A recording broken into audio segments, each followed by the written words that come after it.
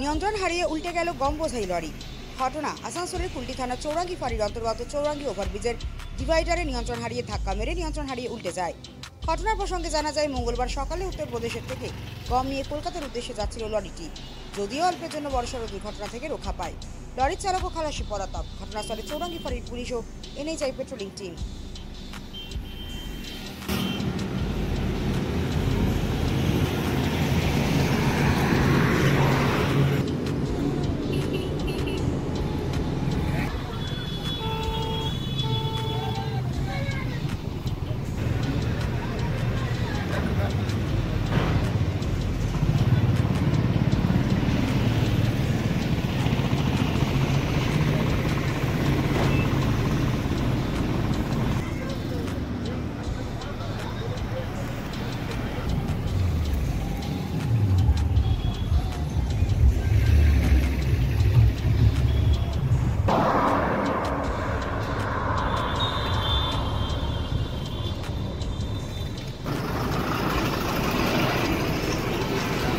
দেখলাম একটা গাড়ি আউট অফ কন্ট্রোল হয়ে পড়ে আমাদের ব্রিজ রেলিং এবং দুটো লাইট পোস্ট ড্যামেজ করে পড়ে উনি পাল্টি হয়ে গেছে।